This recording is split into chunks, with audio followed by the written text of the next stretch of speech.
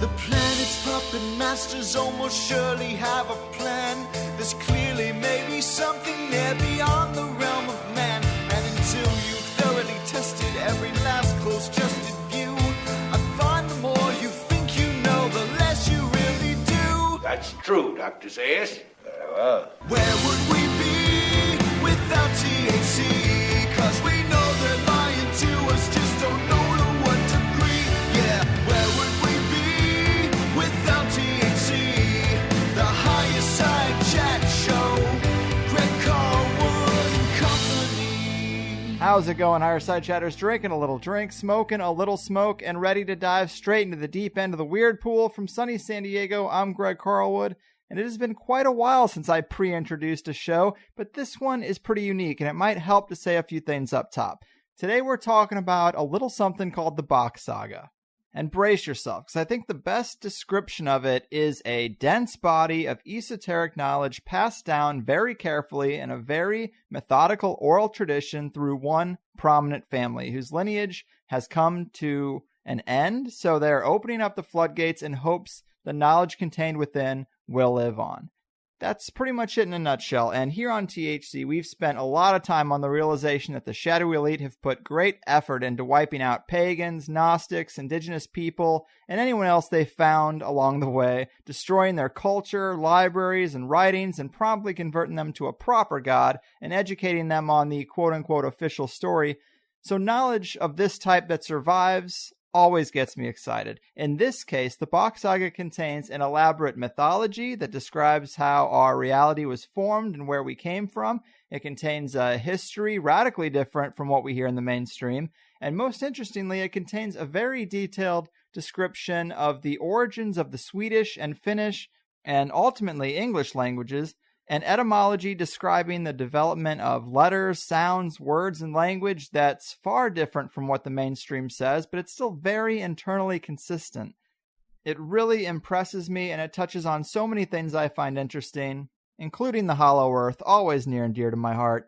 Consider this one of the missing puzzle pieces you just found under the couch, and this saga is going to be relayed by one of the few people qualified, one of the few people who studied it inside and out and can speak on it very methodically and accurately.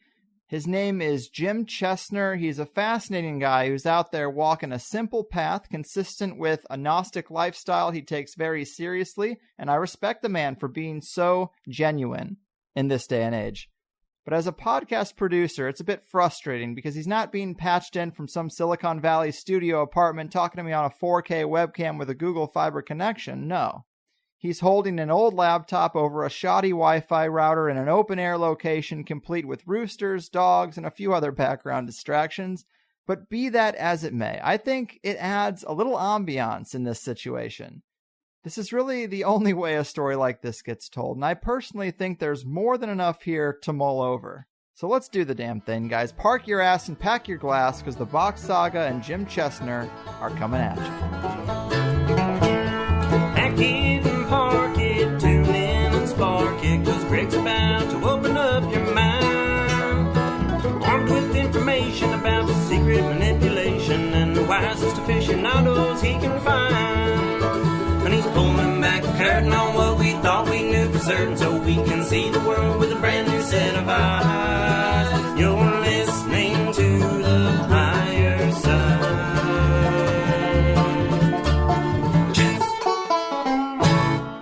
All right, people, we know the nefarious puppet masters of the power pyramid work hard to control our thoughts and feelings about nearly everything. They've rewritten history to suit their needs for control and have stripped out any real insight or enlightenment from it because knowledge is power, and power ain't for us. But not all hope is lost, because many of us have come to realize that the occulted knowledge passed down through various secret societies and esoteric orders, as well as the oral traditions of enlightened people, are the real places we should be looking if we want to piece the human story back together. Well, today we're going to take an in-depth look at one such oral tradition called the Bock Saga, which has been passed down through the ages among the Bock family, and in 1984, the last remaining member, Ior Bock, hoping to preserve the knowledge, started sharing the secret story of humanity among his closest friends. And lucky for us, we have just such a friend with us today. His name is Jim Chesnar, and Jim is an elder leader of the Order of the Gnostics and has taken up the task of sharing the Bock Saga with the world since the passing of his friend Ior in 2010.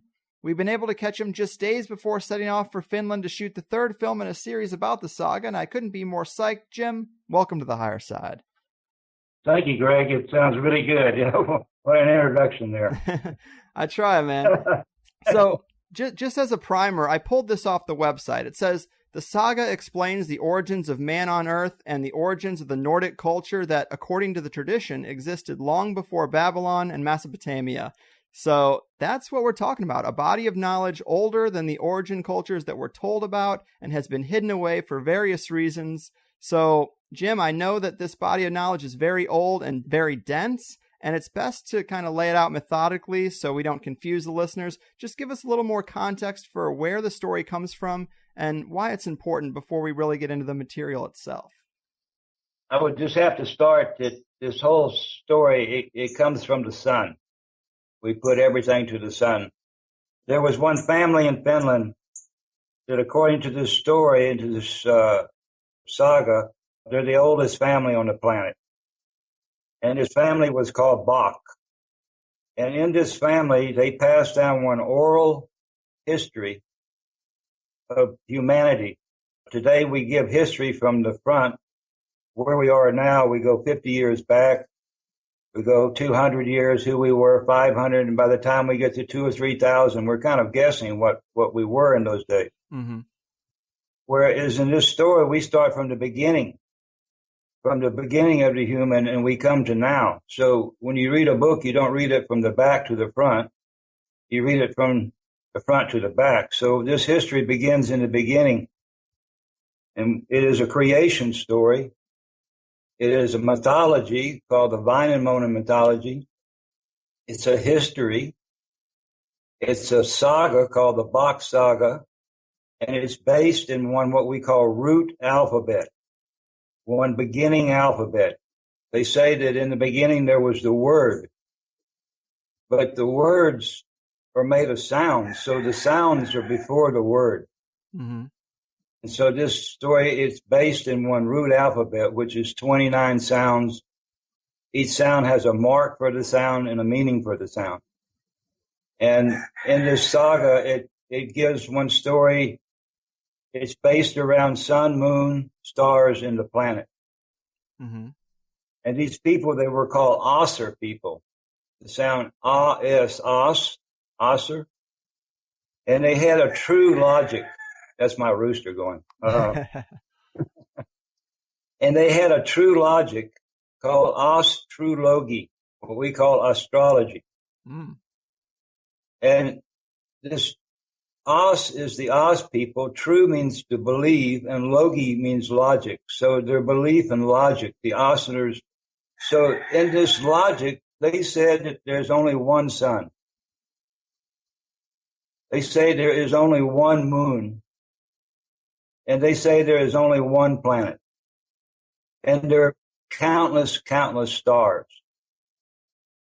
They say that this universe has always been here. It didn't just come one day.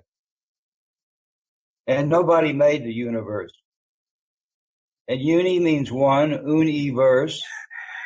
Solo, sun, soul, it means one.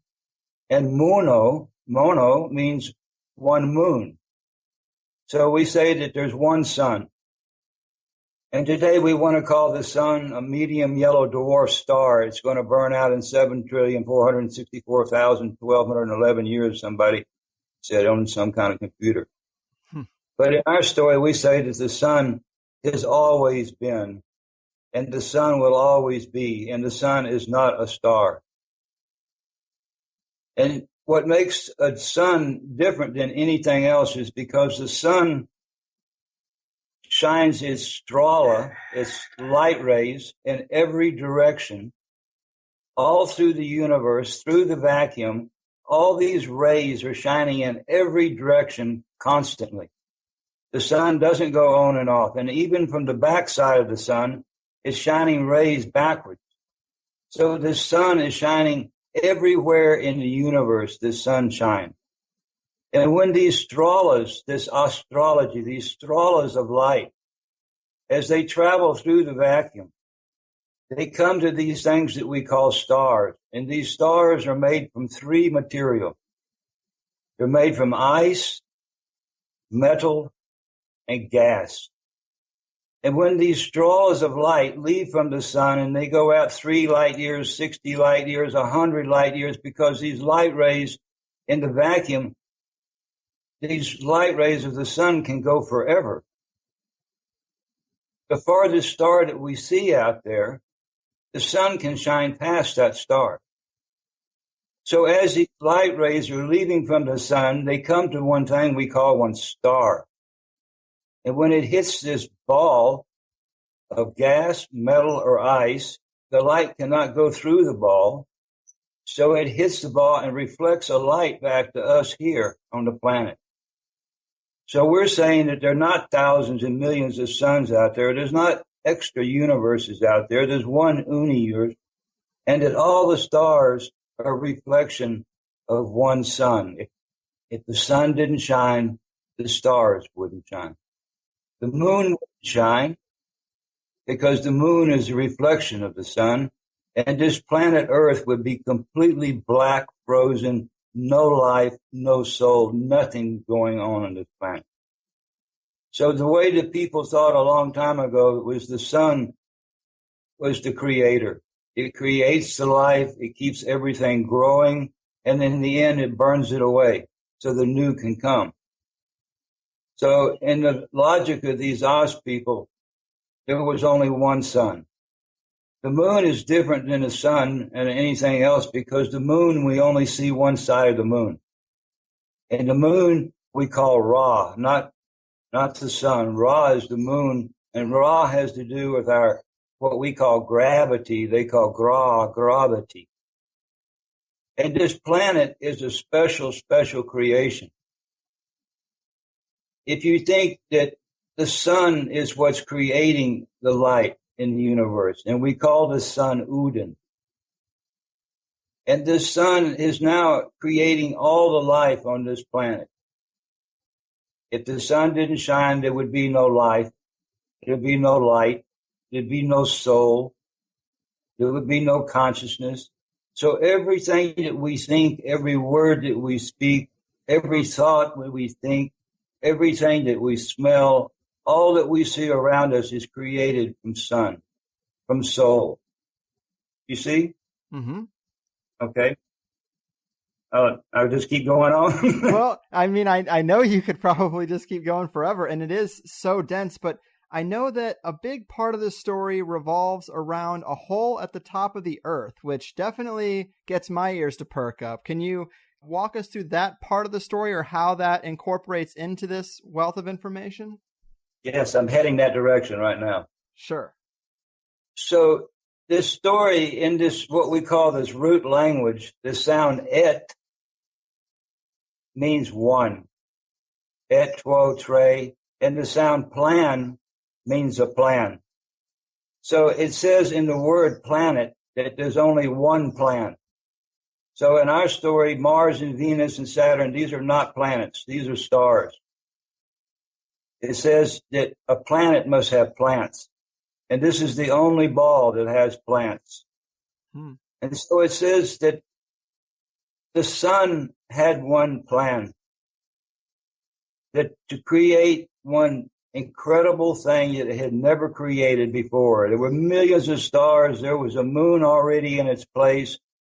But the sun decided that one day that it would make one planet, one ball that had life on it, that had water, that had soul, something that's nowhere else in the universe. There is no other places like this, nowhere. It's a vacuum out there. And the farther away from you get from the sun, the colder it gets. So this sun created one egg. This egg left from the sun, and this egg had what we call one ball of magma, what we call magma in English. They call it magma. And this sun put off this ball of magma, and around this ball of magma was one sack of water. And around this sack of water was one shell called atmosphere. And we were floating to the universe like a little sun, like an egg, the yolk, the water around the yolk, and the shell of atmosphere. And when this ball got exactly the perfect distance from the sun, not because the next ball in is too hot for life and the next ball out is too cold for life. So when this planet got to the exact distance from the sun, this magma exploded and it just went boom. And when it exploded, it blew all the continents exactly where they are today. We weren't all sitting on one side of this planet. It blew Australia down where Australia, it blew Antarctica down to the bottom. It blew South America where it is, Europe, China. This whole explosion, this magma, as it blew these continents, they all came out in the form of granite.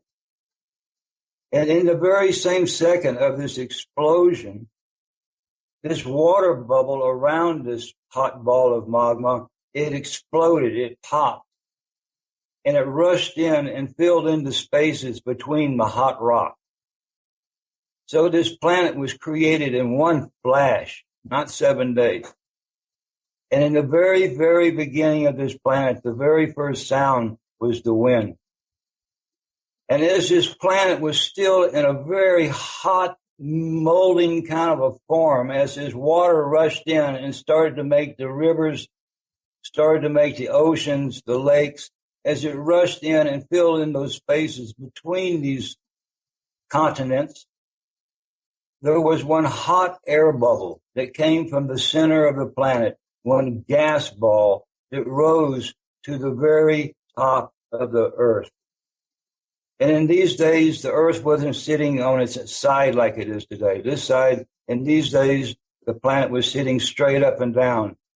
The axle of the pole was spinning in harmony with the moon. It wasn't tilted over. This story tells about the tilt. And as this hot ball of gas rose to the very North Pole, the very top of the earth, it created one huge cavern, 250 kilometers across, and it created one cavern, a hole in the very North Pole. And as this gas made this dome, part of this gas went up even more and made one tunnel. And from the top of the tunnel, the very last little part of this hot gas made one little small round room. It's shaped like a Santa Claus hat, if you can think. It is a round hat with this part that falls over and a little round ball on the top. And this hole is still there today. This is what we would call in this story the underworld. There is one entranceway, one temple, 30 kilometers east of Helsinki. We worked for years to get inside. It's one ancient temple from before ice time. And there is one tunnel that will go down inside this hollow earth at the top of the North Pole. A long time ago, the axle of the planet was sitting straight up and down. And in this saga, it says if you went to the top of the true North Pole, not the North Pole up on top, but if you follow the axis of a globe, if you go to the actual true North Pole, it comes on one island, 3 kilometers in front of Helsinki, Finland. And in some of my videos, I explain about this. But yes, there is this hollow earth thing. It's a conscious thing. It's an incredible thing what's inside this thing. They did use this, but that's another story. If we want to go into what's inside this thing, we can do that also. Yes, I definitely want to get into what's inside, but it's also interesting to note that in this saga, the hole in the top of the earth is referred to as the original Holy Land, right? Yes. On this island, this axle of the planet, we have many, many names for it. We can call it one lance. A lance is one pole, and the earth is one ball. So you have one lance in the middle of the ball. That's where the word balance. We say balance, so you don't get the association of ball with bow. But ball in root language is ball, and lance is a pole. So this planet has one lance, in the middle of it, and that is the balance. So a long time ago, the pole was sitting straight up and down, and we were in balance. The pole tilted over 23 degrees, and we fell out of balance. But if you go to the very top of this lance, or we can call it one axle, we can call it one axis, but we also call it one pole, North Pole, South Pole. But we also in this story call it one E. And E is what in English we call I. It's a pole with a dot, like Hawaii. And E is one pole, and a little dot above the E is the North Star.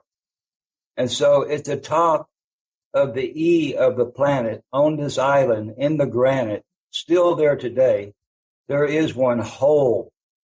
From the beginning of the human race, there is one hole in the granite, in the very top of the E, or the axle of the planet. And this is where the word holy comes from. The hole in the top of the E. Also, every man, if he looks at the end of his E, where that little dot comes out, he has one hole in the end of his E. So every man can be one holy man.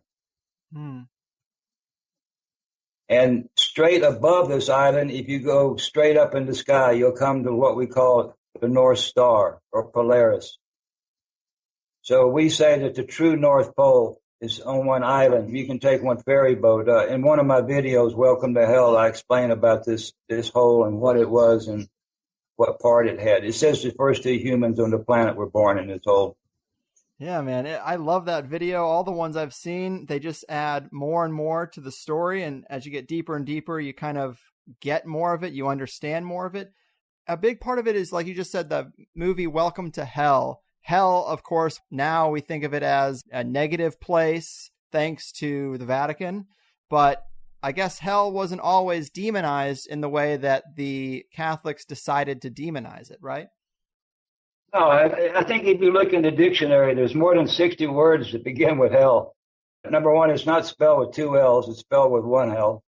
And, you know, you have Helen, and you have Hellas, which is Greece, and you have Helvetia, which is Switzerland, and we have the word help and hello. And so hell is only 1 out of 60 some odd words that has a negative, and that's the only people who speak negative of hell is of the Catholics and the Muslims. They're the only ones who have one. It's one place that you go if you don't do what they say, you know. Mm-hmm. But hell was a real place, you know. But the thing about it is hell has been such a fear factor. You know, so many generations, all our foremothers, forefathers, people, all the Aborigines, all the indigenous people, you know, if we don't do what we say, we go to hell. So, I mean, if you say the word hell, people, their ears, they twitch because it's so negative. We've been taught that hell is this burning place of fire, but it's not at all. Hell was actually the center of what we call one pagan dome. It was a whole dome of pagan. All these Celts, all these Druids, the Vikings, the whole planet was pagan at one time. The Red Indians, the Aborigines, and even us from Northern Europe, we were pagan. And they had one center from the beginning of time that was called hell. And in Swedish language, the word for the holy is called helig, the whole E ground. G means the ground. So in the story, we say that the land around the hole in the top of the E is the Holy Land. And this is one. If you go from this hole, this true North Pole, and you make one radius, 125 kilometers, it goes down to Estonia, and you turn this around, you have one ringland at the very top of the planet, with this island in the middle of the ringland, with this hole in the middle of this island. And this was what we call the Holy Land. It was the land around the Holy. Later on, it became Israel, but Israel is not the true Holy Land because there's no hole in the top of the E there. Right. That was like a bait and switch to throw people off the scent. Yeah. So this ringland, they call Asgard. They call it Udenma, and Uden was the sun. They call it Midgard. It was the garden in the middle, the mead guard. Mead means middle and gourd means garden. The land in the middle. It was also called Os, hell, and that's from Os, hell, they make Hellas. The Greek is Hellas, Os, hell. It had many names, but hell was the name for this ring land, this real, true Holy Land. And this hell was from ancient times, but in 1050, this church is making two arms that are coming up. I just want to finish this little hell story about it for just a minute. And from one side, from the Greek Orthodox, from Constantinople, there come one army called Greek Orthodox with this crucifix. And from the other side, there was another race of people that had divided, and they were called the Roman. And from the Roman Catholics, this army's coming up. And as they come into your land, your pagan king can no longer be pagan because he cannot be the king because Jesus is the king. You have to get a king that accepts it's been converted. So all these stories about these horrible kings we've had, they're all from church time. Mm-hmm. So as pagan are seeing these people coming up, this army's coming up. By 500, they're in England. 600, they're in Saxon land.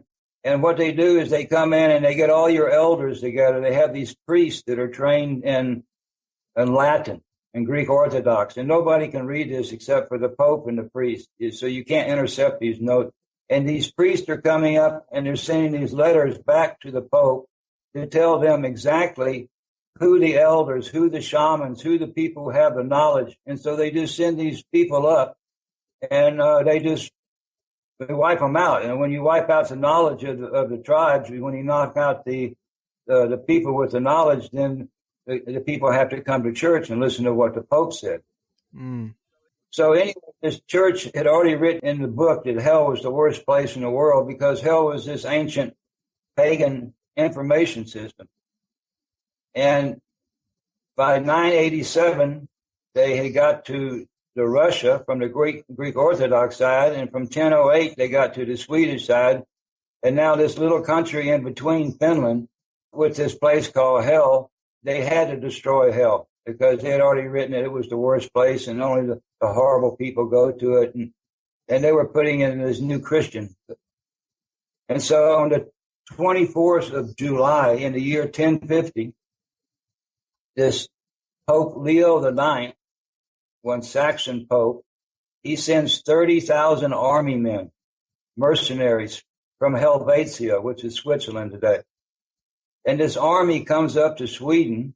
They come into Sweden. They take the Swedish king and a bishop, and they go to one island called Åland, and they kill everybody. And then they go to hell in southern Finland, and they make a ring around this 250-kilometer radius land around the Holy Land. They make a ring around the Holy Land, these 30,000 paid murderers, and they come and they kill everybody in hell, and they burn hell. And we had family trees we call oak trees. They burned all of our family trees, and they left hell in destruction, completely destroyed. But this family who had this story, they escaped, and they went up into the north. And for 500 years, hell laid in complete ruin. And then in 1550, exactly 500 years later, this family, they started to rebuild hell. They came back into South Finland, but this time they renamed it. And they didn't call it hell anymore. They called it Helsinki. So Helsinki is the new name for the word we call hell from before. And that's a little story about hell. It's a real place, but it's no place where bad souls go to. It's talked about in the Norse mythologies. They talk about hell, and yeah, it has hell is a feminine story. Yeah, I love that story. I love hearing about the corruption and the way that knowledge has been wiped off the planet. I mean, I definitely think there's something to the idea that the Vatican and the Roman Catholic Church has done so much to destroy any real knowledge. And, that a lot of people talk about that, but it fits centrally in this story. So I love that aspect. we've lost our history. This story says that the human race has been here millions of years. You know, for years and years. I mean, I know your friend with some of these other people like Graham. I've tried to get this story to him for years, you know, and also the beautiful Russian lady. Sylvia. And Michael Cream. There's several people who say, hey, we've been here longer than just 50,000 years. And this story says we've been here more than 100 million years. But this temple that we'll talk about in a minute, it's from the paradise time, but from before the time that the axle tilted when the whole planet was tropical. Mm-hmm. But, you know, it's like both, they all saying that there was some kind of an ancient civilization. There's some kind of reason why we find pyramids, you know, down in Chichen Itza, and why we find pyramids in Egypt, and why we find them in Bosnia, and why we find them in China, or why we find them in India. You know, where did the idea of the pyramid, why did all these different cultures, there must have been some kind of an ancient culture that gave this information to all these different cultures how to do this, because they're all doing it. It didn't just pop up one day and now let's decide that we'll make a pyramid, and you know, and there's a whole mathematics. That's a whole other story. But you know, it's a lot of people have done a lot of research, and they've done really, really well, and they're really looking deep, and it's really a lot of people who want to know what we really are and where we really came from and who we really are, and they have a lot of pieces, but they don't know how to put it all together in the ring. And I feel that this saga would let these people realize that all their thoughts and all their time of thinking like this and taking shit from everybody, all this institution, these academic people, you know, being shunned because, oh, you said it was 35,000 and it can't be 30,000. It can only be 10,000 because you know, Graham, all of them, they talk about, you know, this, you can't bring anything out like this because you can't be a professor anymore. So, right. Yeah, it's horrible. We've been here a long time. I don't know. I mean, the answer to the first question for me in my life was, you know, who's making up this movie? Where is this life? Where do I come? Where do you come from? I mean, who's made this telephone? I mean, who made this house? I mean, what? And then when he told me that the sun, everything we see, these computers we're looking into, we're talking through, the floor we're standing on, every cell in our body is made of sun.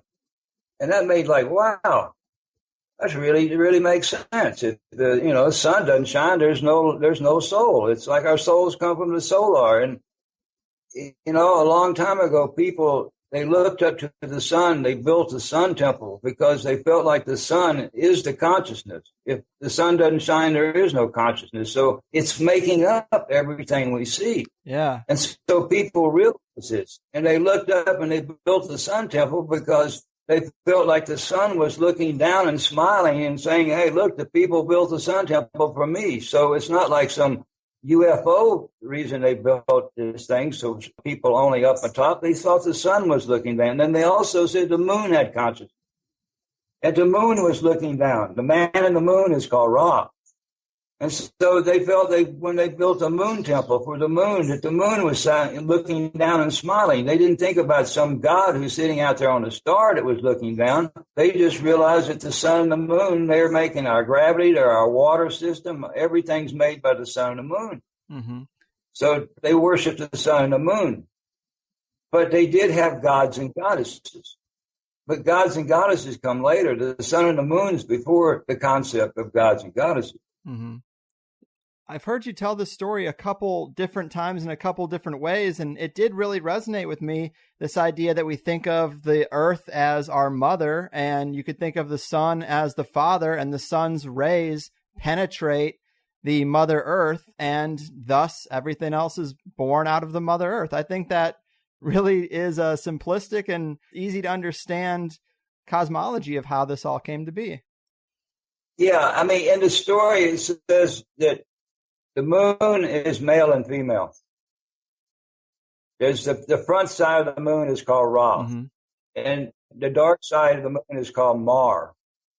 And Mar is the female side. It doesn't mean negative. It just means the mystical side. We don't know what's going on in the back of the moon. And the light side of the moon is called Ra. So the Ra is represented by the king and queen, and the moon is male and female. The earth is only female. There's no masculine represents the earth. It's the mother mirth, and it's made from magma. And it's spelled M-A-G-M-A, or M-A-G-M-A. But, and this G in the middle, like I said, in the sound system, the sounds have meanings. So the sound G, or gay, means the grund, or the ground. So you have M-A, and then you have gay. You pull the gay down, you pull the grund down, and if you look on top, you have mama. M-A, gay, M-A. The ground is our mama, and it's made from magma. So the word mama comes from this red stuff that's in the center of our planet. And the sun is represented by male and female. It has a form around, anything round is female, anything is like a pole is masculine. So the sun, it's one disc up there, and it's represented by in our story, the god and the goddess. In the mythology, we have god and goddess. This is a mythology. This is not a religion that I'm speaking about. Mythology is much, much older than religion. There's only really 3 religions on the planet, and that's the Hebrew, the Christian, and the Muslim. And they believe in one God who sits up there in the space somewhere. Whereas mythologies, we have gods and goddesses. We have a whole pantheon of gods and goddesses. So the women, they can go for the female deities, and the men, we can go to the men deities. So the female is 50% of the mythology. In the religion, she's kind of cut out of the story. Right. Yeah, so this is a mythology, and so we do have people who represents the sun. The ideal of god and goddess would be the earth goddess is, in this story, she's called the swan. She's the children maker. And the moon god and goddess is called Ra and Maya. And the sun god and goddess, he's called Gube, and she's called Guma. Finnish language, she's called Akka, he's called Ukko, and in English, he's called Per, and she's called Ella. And Per means father for us, like we're all sons and daughters of Per. We're Per sons. So Per is our father. He's our parent. We come from his sperma. So in this sound system, I'm not going to go so much into how this linguistics works today, but yeah, so the ideal that the sun is the creator, and this whole planet was full of nature, butterflies and fish and lizards and everything. It was created for us, the human being. There's no other planet anywhere else in the solar system. This is the only one that has plants on it. It's a plan. And this sun created this planet for us, the people. It was the most precious gift it had ever given anything. There's no life anywhere in the universe. I know this blows all the UFO people, but anyway, this says that there's nobody else out there. That this sun created this planet full of nature, full of beauty, and then one day it created a human being. And we have a story about how the human being was created. I mean, we could go into that or whatever, but anyway, this planet is for us, and what makes us the people different than the nature is the sun gave to us 4 different things. It gave us linguistics. We can speak. The squirrel, he can but he can't really go into detail about look at the tree with the green leaf and look at the vein in the leaf and look at the brown edge on the leaf and look at serrated leaf. So we can, with the linguistics language, we can describe this incredible nature around it, which gives us a higher appreciation than the animal out there. The sun also gave us fire. The first woman was given fire through one lightning bolt because the fire was something that the human beings could use. The women before they would take one stone and hollow out the stone. They would fill it full of water. They'd build one fire under it. And then they put these leaves from the tree and from the bush. And this hot water, this bubbling water would suck some energy out from the leaf. They call tayang, but we call we call energy or energy, and these women and these people were drinking this tea, but with the fire we could extract it. So the fire was given to us from the very beginning. It was called hell tea. We're very healthy people, hell tea, because we were drinking tea from hell. They were burning 40,000 women a year in Middle Europe for drinking tea. Witches, they call them. So, anyway, the fire, the linguistics, the third thing that we got was mathematics, what they call mathematique. And ma is female. So the mathematics, it's not pa, it's ma. Mathematics was given to the female. And mathematics is just a ring, it's a circle, it's a pole, it's a center point. If you make a center point in the dirt and you draw a ring around that center point and you put a pole in the middle, the sun would make the shadow Q. And Q is quadrat. It's a sundial. So all mathematics, our computers, everything is based around a ring, a pole, and a center point or a dot. So mathematics was given to the first people. They had it from the very beginning, but it was more of a female thing. And the fourth thing that the sun gave to the people that it didn't give to the nature was the walking stick. Because in the nature, when the bird can't fly and the animal cannot walk and the fish cannot swim anymore, it falls on the ground, it's finished, it can't go anymore. But the human being, one day when we find that we cannot walk anymore, we can get one walking stick. It's a little bit, it gives us a few more weeks, a few more months of getting around. The walking stick was a very valuable thing. Today we have hospitals, so we don't need walking sticks. But before, when you couldn't walk with your stick, it was time to go away in these days. But it gave us a little bit extra, like I said, when we can still go a few more weeks or months. So, yeah, these are like gifts. But this planet is made for the people. Today we treat it like we do, and we think there's some other place to go. And we do all what we do, and there's nothing we can do. We live in this normal world, this society, but everything that we do today is toxic. The life of this saga, people would not even think to hurt the earth. The water was pure, the air was pure. People cared. I mean, we really realize in these days that this earth was a gift from the sun and the moon, and that we really should take care for it. It was really in the brains of the people in the ancient times. Right. Our attitude now seems to be that we can just trash the planet. We've lost the connection to it, and we'll just wait until they colonize Mars, supposedly, and we'll get a new planet. But we wouldn't have that mindset if we thought of this more as our home that we're actually a part of. It's your kids' home. Yeah, absolutely. We should care more, but we've been shoehorned into a dirty, wasteful system. We don't get to choose our energy sources. Major companies do more damage than individuals ever really could. But I did want to get back to the hole a bit more. And this excavation that you were a part of for some time, going down into the inner chamber, you sent me a picture of you at the entrance of this cave-like hole. Very cool. But I pulled this little paragraph off a website. I don't think it was yours, but it gives a good description for people. It says, while excavating, on the other side of the door, they found that the stone hallway continued into a sine wave signature for some distance and then turned into a right spin spiral corridor that went 10 to 15 miles into the earth. Lining the hall were arched doorways on both sides. Behind the first door, they found a life-size golden statue of the last Asser king and a room full of priceless artifacts. If one considers that the portion of the hallway that had been excavated to date is just the beginning of a large cave system, and can be presumed that each successive chamber holds more relics and a statue of every Asser king, going all the way back through the lineage to Frey. I mean, that's pretty amazing, man. Can you give us some more information about this excavation and what this inner chamber might have been used for in the past? We haven't come to that golden door yet, but anyway, yeah, I'll explain what's inside this thing.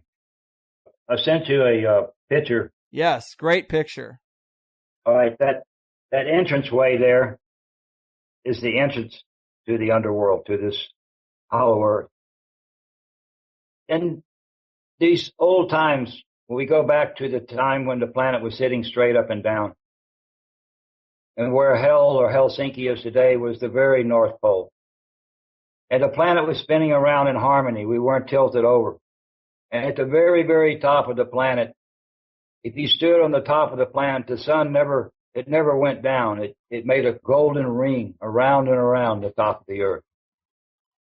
So in the middle of this Midgard or Hell or the Garden of Uden, it was a 24-hour sun, and in these days the whole planet was tropical. The ice, even the North Pole, had bananas and papayas.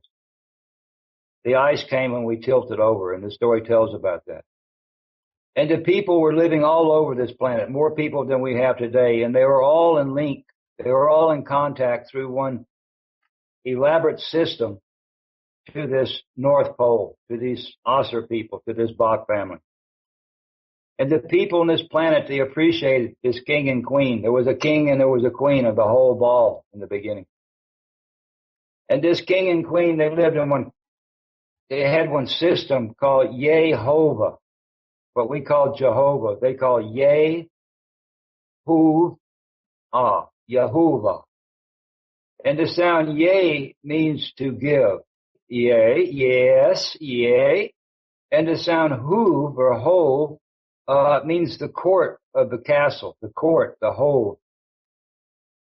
Also, it comes from the word hoof, which is the horseshoe, which is shaped like a good luck, the hold, the hoof. And the sound ah meant the Asser people. So it was one giving system where people could give to the court of the Asser. And the people, this whole planet was divided into ringland. Billions of people living on this earth, and they were all connected through one system of children making, one information system to this highest family, to this Bock family, sitting at the North Pole in the middle of this ringland with the sun going around and around. This is called the paradise time. And Radis. Pa is the Papa, and Ra is his son, the king. So the Ra, the Paradis, the paradise. And they had one system where in these days there was gold all over the planet. It had no value because there was no money system as we have it today. It was just something that you could make beautiful handicraft. Gold belongs to the sun because gold, it never tarnishes. When you make something to gold, you don't have to keep polishing. So it really reflects, it belongs to the sun, the gold. And it was everywhere. And people were making beautiful and beautiful handicrafts. Stuff that we don't even know how to make today. It wasn't made for time. People weren't working by the hour. These people were creating something for the highest family on the planet. It was out of complete love. They were creating this beautiful handy. We call it aesthetics. In root language, they call it estetik. And S is the sun, ta means to take, and tik means time, like tick-tock, antiquity. So estetik or aesthetics is something that when it's made, it should be forever because it's so beautiful. It's made out of gold, and gold is forever. And if somebody doesn't destroy it, it will last forever. And every 50 years was one heir of Ra. And Ra was the king. He made the race, the Ras of humans. Era, okay. Okay, so every era was about 50 years. Because this king, he became king at 27, and about 77, he retired, became the old king, and the new king became, because every generation of this Bock family was like that. And this king and this queen, they had this system where they were sending the one most beautiful handicraft from over 2,000 ringlands. This planet was divided into over 2,000 ringlands, and a ringland was 250 kilometers, about 180 miles in diameter, and they were shaped in this actually rings. We call them ringlands, but they were actually hexagons. So it was like a football when you can put hexagons and make a ball out of. And when they say that the four corners of the world is where the four hemispheres meet. And the four hemispheres of the earth, they meet at the North Pole and the South Pole. So hell is a place where the four corners of the earth actually come together. It's the only place. They all come together at this hole in the top of the axle. That is the true four corners where they all meet.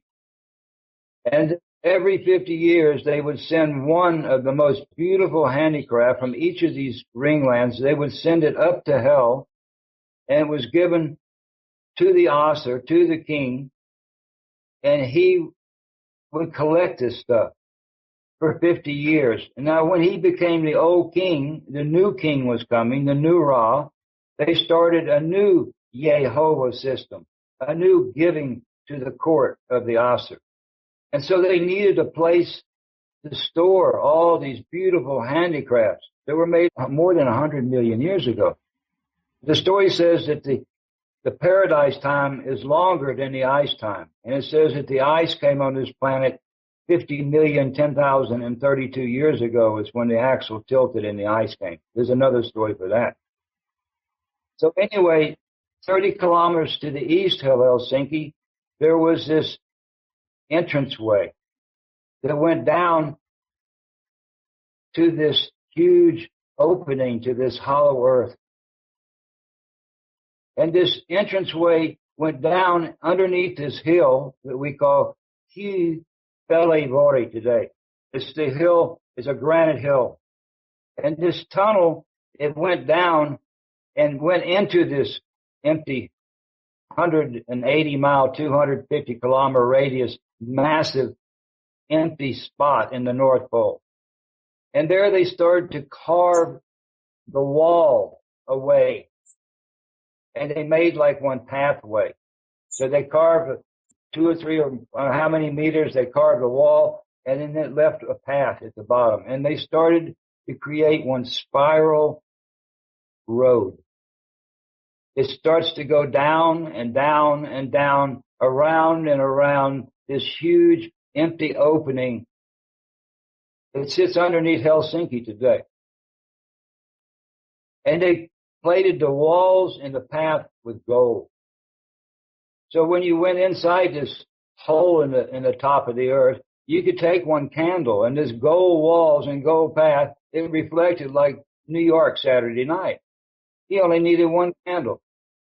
And they started to build these chambers for each generation, for each heir of Ra, from each heir Re-ud, period, Peri means the father.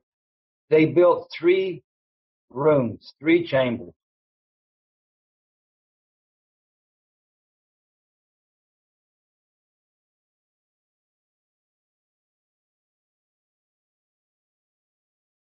Into this granite. And 2 of these rooms were storerooms where they could store these beautiful pieces of handicraft from this heir of Ra, from this Yehovah system. And they had one small room out front where it was called the showroom.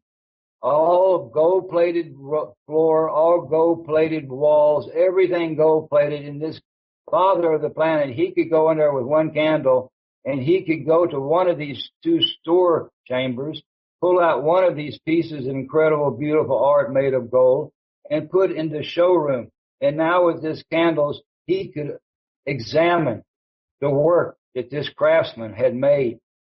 These are things that they're like Fabergés of today. I mean, these people were, that's all they had to do. They didn't have jobs like we did. They just had to sit around and make beautiful things. And so each one of these generations of this Bock family, they made one solid gold statue of the Allfather at that time. And there he is with a solid gold statue, and he's standing there with a big erection. And it will show what that first Allfather looked like. In the next 3 chambers, as you go down this golden spiral road, is 3 more chambers, and that's his 12th son. Another golden statue, another Yehovah system sitting in 3 chambers. You go a little farther, there's the 3rd generation. That's what the Bock or the Allfather looked like. And these chambers and chambers, and this golden spiral goes thousands of kilometers, millions of generations of this Bock family. Wow. And this is what's in the underworld. This is the storehouse for this story, for the his story. Because the men kept the history and the women made the future. And this is the his story. And they closed this temple up. They sealed it up in the year 987 because this Roman Catholics were coming up to Europe. The Greek Orthodox are coming up through the Greek, or what we call the Arab world today. And in 987, the Greek Orthodox got to Russia. These Asser people, this Bock family, they understood that now they had to seal this temple up. They couldn't let this church find what was inside it. Because this is the whole history. It's the whole story of humanity in gold. And so they sealed this place up, and when they sealed it up, they really did a job. And welcome to hell, I explained, because I was there from the beginning of the dig. I put the first shovel in 1987. Wow. So they sealed this thing up, and they made it look very natural, because they knew that one of these Christian churches was going to come to get them one day, because the Greek Orthodox in 987, they sealed it up, and they said that the Bock that was alive in 1,000 years, it was his obligation to open the temple.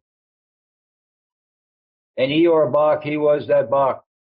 In 1987, we were all sitting in India. He said, you know what, my family, the story came slowly. It didn't come all in one day. I spent many, many years with Ior to learn what I've learned.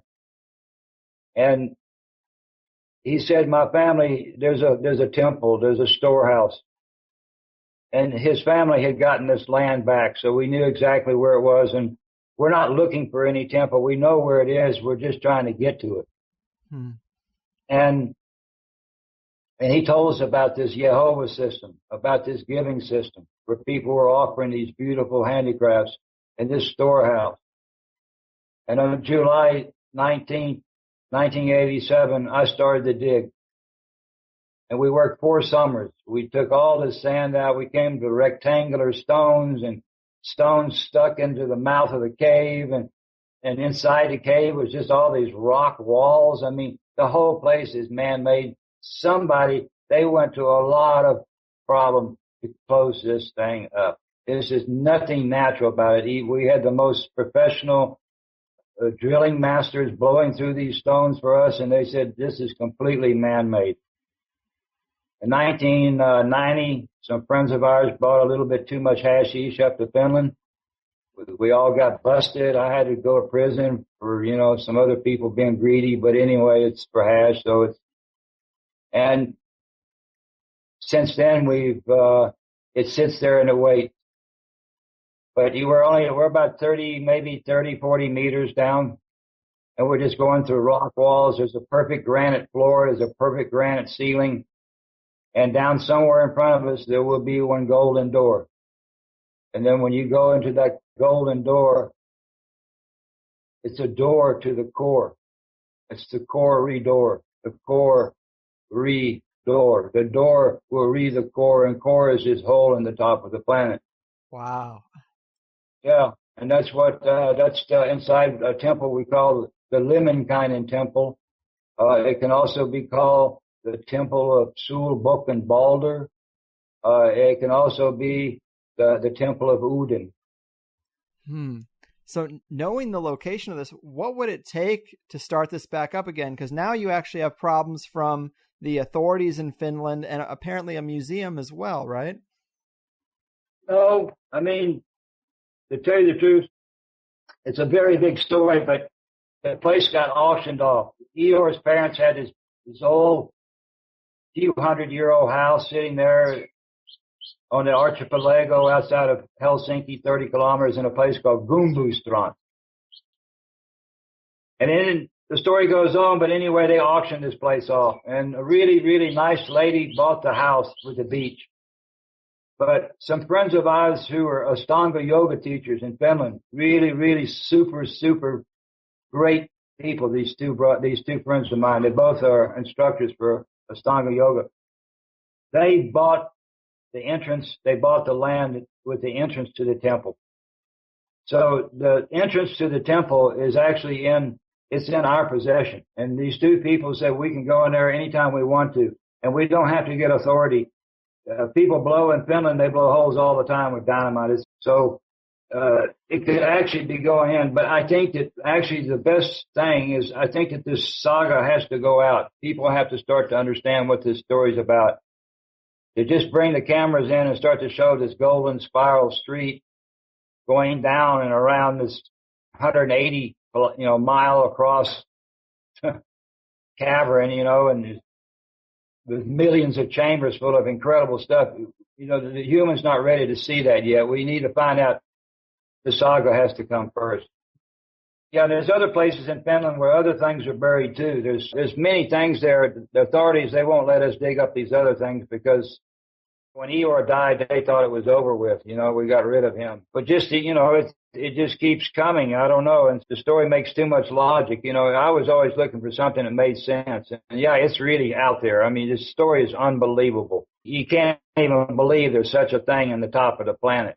You can't believe that it could be one storehouse. And the little bitty temple, it's only got one piece of furniture. It's a divan. It's only for two people. There's one little bitty room at the top. So the temple is very, very small, but the storehouse underneath it, it's, Steven Spielberg couldn't even come up with such a story. Right. Oh, it's beyond belief. But, I don't believe the story. I understand the story, and there's a big difference between understanding and believing. Mm-hmm. A small boy comes to me and says, "Hey, uncle, where does my life come from?" I straight away, I point my finger to the sun. I said, "That big disc up there in the shine doesn't shine. You don't have a life. There's nothing living here. It's all black. The oceans are frozen. There's nothing. So your life comes from the sun." The kid can go, "Yeah, okay. My life comes from the sun. I can get that." But if I say there's some space cowboy up there in the vacuum who made the sun on the first day, he made the light on the first day, then you really have to go into an abstract concept that there's somebody out there who made the sun on the first day. Mm-hmm. I mean, that's really belief. So I don't believe that the sun is making my life. I understand that the sun is making my life. I have to believe someone made the sun. So there's a big difference. You cannot change an understanding. I can add on to the understanding. But a belief you can change from day to day to day to day. There's no basis to it. But I will always understand that the sun is the source of our life. I cannot change that. And it's actually where the word discussion comes from. What we're having right now, one discussion. The sun is one discus. Because everything we say is coming from this discus, the sun. I mean, every word that we speak. If the sun didn't shine, we wouldn't be sitting here talking anything. So it's a concept that the source of consciousness is the sun. Mm-hmm. Man, I gotta let you go eventually. This has been amazing. I've talked to you for quite some time already. And of course, if anyone wants to hear more about this, you've got hours and hours on your YouTube page. Would you like to let the people know what might be coming up for your work in this Bock Saga? You're about to take another trip. Maybe give the people some more information about where they can dig deeper. There's a site in Finland where the archaeologists there, they started an excavation in 1995, which was after we started the temple excavation. And the site is over in South Finland. It's a huge cave. It's half the size of a football field. It has reinforced floors built inside of it. And this archaeologists, they start to go down into this floor and they see that there's fires that have been burned at the mouth of this cave. They find bones of mastodons, they're arctic elephants, mastodons. And they find tools that these people were making more than 120,000 years ago. The archaeologist puts the date on this.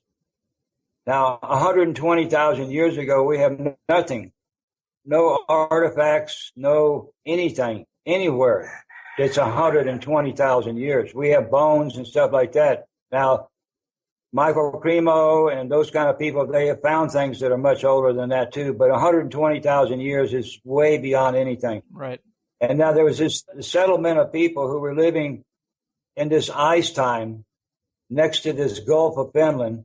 And in this saga, we talk about these people, how they were living in this. It's called the Atlantis time. How this group of people were progressively becoming white. They were making agriculture so they could grow food and store it for the winters. They were making domestic animals because we had to start eating meat. There's a very big story about how these people lived inside this Atlantis. But these people from this wolf cave in southern Finland, 120,000 years ago, this is one settlement of Atlantis. This is really one place where people, they weren't living in ivory towers. They were living a very basic life. They were eating mastodon. They were building fires. They were making tools, and they were living there in southern Finland 120,000 years ago, where the saga says there were people living there. They were white. They had white skin. They had blue eyes. They had yellow hair, and they spoke Finnish language 120,000 years ago. And that's what we're going to make our next story. Nice. It backs up the story. It backs up the story. That's what I do. I look for things that make the story true. There's also, we're going to make another piece on Gotland. It has a very, very big story in here. That's where they came out of the ice, too. It's where the Vikings come out. So we'll do another on this island that is between Sweden and Finland. And I just want to just tell you, Greg, I appreciate so much this opportunity today. Anyway, yeah, and I'm open to you anytime if you want to do another one. You know, I sit here and smoke pot all day and paint. I'm an artist, and you know, I really appreciate the opportunity for sure, Greg. Yeah, man, it was great talking to you. You're a wealth of information, and you really do know this stuff really well, and I do appreciate it. Fascinating. Great talking to you. Hopefully we can do this again, and maybe we can get down in that hole eventually. But until then, take care of yourself, man. All right, you too. Keep on smoking. Always. Always. Okay. There we go, people. Another pretty out-of-the-box episode. But I think anyone who made it to the end here in either the 1 hour or the extended 2 hour show probably felt at least a little intrigue in this thing. It's dense stuff, requires a lot of explanation, but I love that a myth like this talks about the inner earth. And when you see some of Jim's videos on YouTube, especially the root language wheel, man, it just makes me want to know more. And I tried to jump around to aspects I found most interesting. It's a little disjointed, but I think we got to a lot of it. After the Harry Hubbard show, I felt like this also struck a similar chord in some ways when we're talking about the Helsinki hole, another place I'd love to just take a risk and go inside and stop all the guesswork, but it does make the story a little more interesting knowing there's a place you could actually go connected with it. As for the saga itself, I mean, what can I say? It's kind of like digging into Hattibov, just this little pocket of strange information that you can mine and see if anything resonates with you. I think the further you go with it, the more sense it makes. I think I said this in the intro, but I would rather get my information this way than through an education system we know is built for delivering very specific and selective information, all crafted by groups who don't have our best interest at heart. Much of it lies just to prop up their power. So yeah, let me take my chances with this Ior Bock thing and the Gnostic rooster whisperer Jim Chesnar. What do I got to lose? Besides, if you know your ancient Mesopotamian kings, then you might find another interesting phonetic link. You know, Sargon, Hammurabi, Ashurbanipal, and Gilgamesh. Thank you, they might be giants, but Ashurbanipal, there's something there. Maybe. You know, despite the audio issues, I thought Jim was a really fun guy to talk to. I tried to fix as much of it as I could in editing, but it is still a little rough at parts.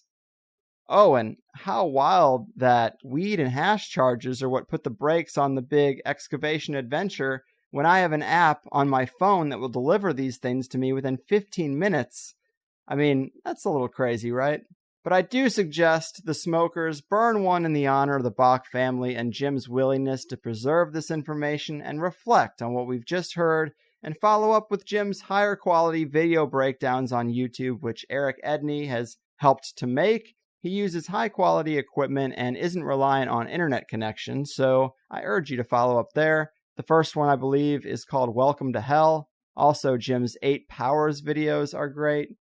But if you want to go deeper with me on the line or encourage me to get Jim back on for more, sign up for Plus. We talk about several other aspects of the saga and how it ties into Krishna and Moses, deceivers of humanity, and a whole lot of other stuff. But you should sign up for this one, and last week's with Harry Hubbard, and F. William Engdahl, and Jeff Berwick before that. It's been a great month so far, pretty varied. The next show is going to cover new ground in the realm of secret sciences, ether theory, and alchemy. It really is going to require the full 2 hours, and it is a great one. A fun time with a Plus member, actually, who's never given an interview before. How about that? So help me grow the show to Demogorgon proportions, $5 at a time. If you can't afford it, but you really want it, email me about being a part of the new THC Digital Street team. And with that said, I've done what I can, brought some underground info out into the light, so I'm out of here. Your move, Bock Saga concealers. Your fucking move. Sweet dreams to the elite. We're calling them out on THC. Uncovering secrets and conspiracies. Everybody's looking for something. Some of them want to use you. Some of them want to get used by you. Some of them want to abuse you. Some of them want to be abused.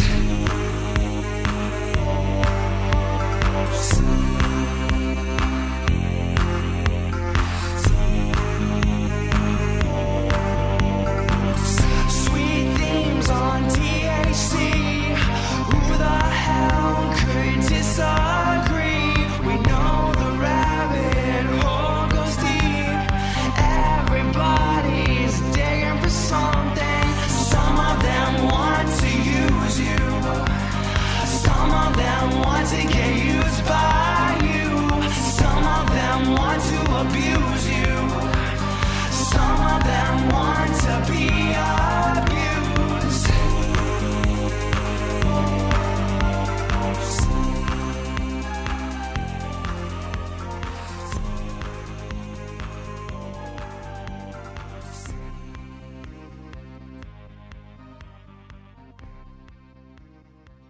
Hey guys, thanks for listening to the first hour of the Higherside Chats podcast with me, Greg Carlwood. If you don't know, there is a second hour to all the episodes we do around here. Generally, we're able to get a lot deeper into the topics and ideas that a guest is about, so if you enjoyed what you've heard from THC for free, consider signing up at the HighersideChatsPlus.com to get the second hour of the 5 shows I put together each month.